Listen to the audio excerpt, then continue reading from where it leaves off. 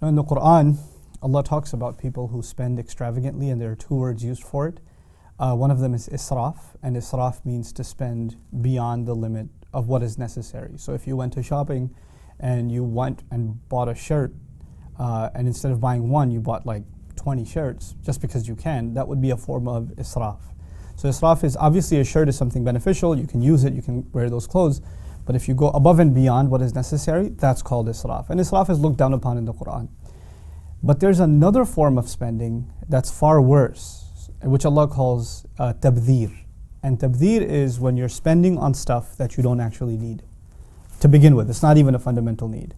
So you're buying it for just absolutely vain purposes. There's really no significant necessity that is being met by something that is bought using tabdhir. Now, the words for tabdhir, you could just say spending extravagantly or spending frivolously on frivolous things. The word Allah uses for that tabdhir, He describes it saying, إِنَّ الْمُبَذِّرِينَ كَانُوا إِخْوَانَ الشَّيَاطِينَ. That those who spend frivolously are declared brothers of shayateen. Which seems kind of harsh. I mean, why just because I'm spending on, let's just say, a video game, or I'm spending a lot of money on a trip to Las Vegas or something or another, why should that be considered me as a brother of shayateen? Not just haram, don't do it or stay away from it, but I'm now made one of the allegiance of shayateen. Why in the world would Allah say that? There are lots of reasons for that, so let's walk ourselves through these ayat little by little and try to understand. First of all, رَبُّكُمْ أَعْلَمُ بِمَا فِي نُفُوسِكُمْ إِن تَكُونُوا صَالِحِينَ. First thing Allah says, your master knows what you have deep inside yourselves if in fact you do mean well, if you're good people. فَإِنَّهُ كَانَ لِلْأَوَّابِينَ غَفُورًا. And for those people who keep coming back to Allah, He is extremely forgiving. In other words, Allah is saying, look, you're going to mess up and you're going to come back to Allah. You're going to mess up and you're going to come back to Allah. And that is something Allah expects. Allah doesn't expect you to be perfect, and He knows what you have inside of you. That's the first thing. The second thing Allah says right after that in Surah Al-Isra is وَآتِ ذَا الْقُرْبَ حَقَّهُ وَالْمِسْكِينَ وَابْنَ السَّبِيلِ وَلَا تُبَذِّرْ تَبْذِيرًا. Give the close one, the one that has closeness to you, which could be a relative, could be a family member, give to them what they deserve. آتِ ذَا الْقُرْبَ حَقَّهُ. And it's used in the singular, not ذَوِي الْقُرْبَ حُقُوقَهُم. ذَا الْقُرْبَ حَقَّهُ, which means you have to think about every single relative and what they might deserve. Like you have to think of your relatives individually because of the ayah. Wal miskin, and then think of the one who is in a helpless situation. They're stuck financially, they're stuck because of their circumstance. Maybe they're sick and can't work, something like that. That's a miskin. Wabna sabil, and someone who's on the road, meaning they're either, you could consider them homeless, or they're in the middle of travel, or they're in transition. These kinds of people are called wabna sabil. So give these people what they deserve. In other words, when you're helping them, you're not giving charity to them. You're not doing them a favor. You're actually giving them what they deserve. And in the same ayah, He says, وَلَا تُبَذِّرْ تَبْذِيرًا. And don't spend frivolously, going out of your way and spending in tabdhir. Now what does that mean? That actually means, by making it one ayah, Allah is first telling us that money that you're spending recklessly, actually there were people who deserved it. So the first crime you're doing is you're depriving people that need, and you're spending it somewhere else. Now when people need money and they're desperate, and you could have helped them but you didn't, and there are millions of us who can help, and millions of us start spending frivolously instead of helping others, and a culture of that is created. What happens on the one side? The people of need, they may resort to desperate means to try to make ends meet.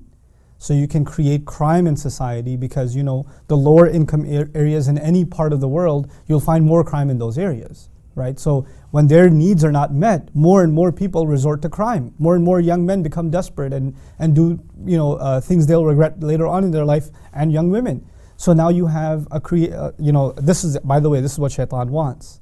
So in one sense, you've aided Shaitan without even realizing, on the one side, where you've created this kind of evil in society by not taking care of those who need. But the other thing, just before I go on, is a balance. Allah says, وَلَا تُبَذِّرْ تَبْذِيرًا. Don't go out of your way to spend frivolously. Allah didn't let us become extreme either. In other words, Allah is not telling you, listen, you can never, ever, ever buy yourself something that you don't absolutely need. Like you go to the grocery store and you're like, hey, I want to get some flowers. Well, you don't need flowers technically. You can survive without them, but that's okay.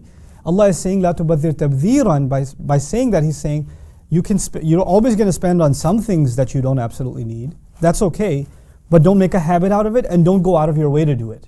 And don't do it in extreme cases where you're spending hundreds, if not thousands of dollars. In some cases, people spend millions of dollars on stupid things. Don't become one of those, because that's evil. Then the next ayah says, إِنَّ الْمُبَذِّرِينَ كَانُوا إِخْوَانَ الشَّيَاطِينَ. No doubt about it, those who engage in this kind of spending, and look at the remarkable language, Allah does not say إِنَّ الَّذِينَ بَذَّرُوا, those who engaged in this act of spending. Al-Mubadhirin is a noun, it's an ism fa'il. What nouns are, they're permanent. So people who are permanently in this state, they're always doing this kind of thing, they perpetually, spend in this way, they have been declared brothers of Shaitan. Now this is really interesting, because in marketing, you learn about consumer society and you actually profile different kinds of consumers. So for instance, if there are people who have millions of dollars to spend, and they are kind of bored by just spending money on a car or just spending money on a big screen TV or whatever. Now they want to, what else can we spend money on? They get a little more creative with what they want to spend money on. So you'll find them spending money on gambling, right? You'll find them spending money on expensive wines, and they might even get involved in some kind of filthy, their own kinds of clubs and this sort of thing.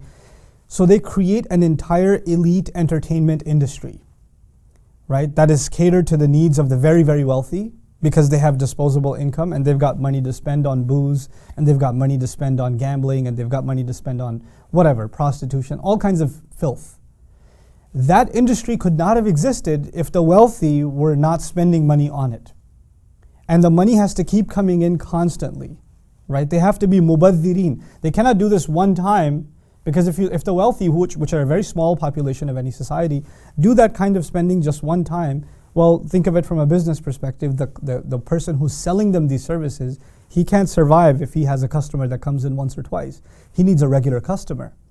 So they actually become mubadhirin. They become people who spend frivolously regularly. And thus they create and flourish the gambling industry and the alcohol industry and the prostitution industry, you name it.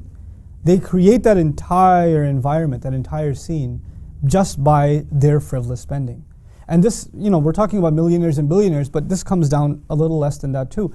If, there are young people that are watching, they're downloading some filthy, video, movies or whatever online. They're like, oh, maybe I'm just harming myself. I'm not hurting anybody else. Well, actually, you're supporting an industry. They would not have made their money if you didn't download anything. So if and the tragedy of our times is a huge proportion of the filth downloaded online is from Muslim countries. So that's a reality. So Allah is saying, Innal mubadhirina kanu ikhwana shayateen, perhaps because some of the most evil enterprises that exist in our times and have always existed are supported on the backs of people that have disposable income and spend it irresponsibly. This is the point that's being made here. It's a very heavy point. We talk about responsible consumerism, and you have to spend money in places where that are clean, that you don't have forced labor or child labor and things like that, or you go for organic food and things like that. Similarly, not just where this product was made, but what this product was made for. The thing you're buying, you have to look at, why are you buying this product? Why are you engaged in this consumerism? Is there nothing better you can spend it on? So this beautiful balance between two, this is what I want to conclude with. On the one hand, the balance of, look, sometimes you are going to spend beyond your need, and that's okay. But on the other hand, if you become mubadhirin, you're going to become brothers of the shayateen, because you are brothers in that you are giving them business and they are giving you entertainment. You become brothers and partners in a sense. You're supporting one another, and that's exactly what shaitan wants. May Allah Azza wa Jal protect us from becoming brothers of shayateen, and may Allah not make us from those who are mubadhirin, nor from those who commit israf. Barakallahu li wa lakum. Assalamu alaikum wa rahmatullahi wa barakatuh.